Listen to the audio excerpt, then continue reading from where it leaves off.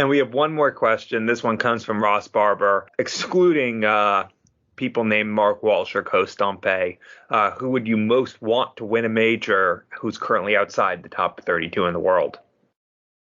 Yeah, I've got to say it's a shame about that last part, because we would have backed our respective goats to make a comeback and win a major. And sorry, Andrew Gilding, that would top what he did at the weekend, no doubt about it. But looking outside the top 32, there's a few names there that come up for me, and we've got to chat to a lot of the players outside the top 32 on the show, and really enjoyed their company, and they've just come across as nice guys. And I guess you want to see the nice guys do well. So I'll pick out a couple of the names from that, and a name that we've not had on the show before. But to begin with, he's just dropped out the 32 after the weekend, but Alan Suter, the work that he does away from darts, a firefighter, he raises guide dogs as well. He's involved in darts academies in Scotland. He's a very busy man, and we've had him on the show. I enjoyed chatting to him, and so I'll put his name in the hat for that.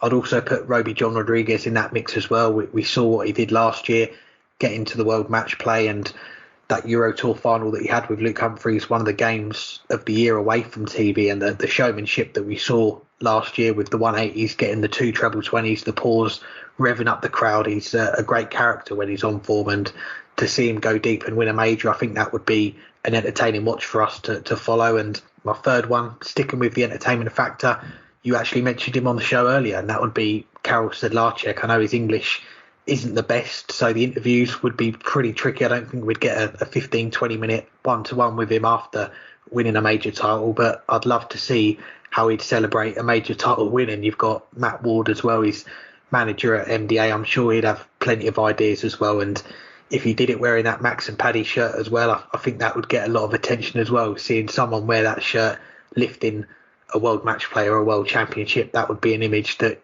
you wouldn't forget in a hurry. Yeah, and those are good shouts. And I'll add a couple more restrictions for what I put on myself for picking the players. I'm not going to include a player who has won a major before, so you can't, whether that's in the PDC or the BDO. So no Steve Beaton, Dan Dawson, no Mensur Sulovic, players who I might otherwise have considered. And also I'm limiting it to people who currently have a tour card because, well, I would like to see myself win a major, and I wouldn't mind seeing you lift one either. But adding all those in, it was tough because there's a lot of players on here that I would like to see do it. Some see them get back to playing near their best, seeing Jeff Smith or Devin Peterson, players who have threatened it in the past. Jeff Smith, obviously, in the BDO, making a Lakeside final. Devin Peterson making the semifinals of the European Championships, but both of them well off the best of their game. Seeing them get back up would be great. A player like Ian White, who's been so close to a breakthrough, but keeps falling at that quarterfinal, semifinal stage, now playing well again. I think he'd be a good one. But in the end, I decided I want them all to win. I want everyone to win. Everyone deserves their moment in the sun. So the answer is everyone.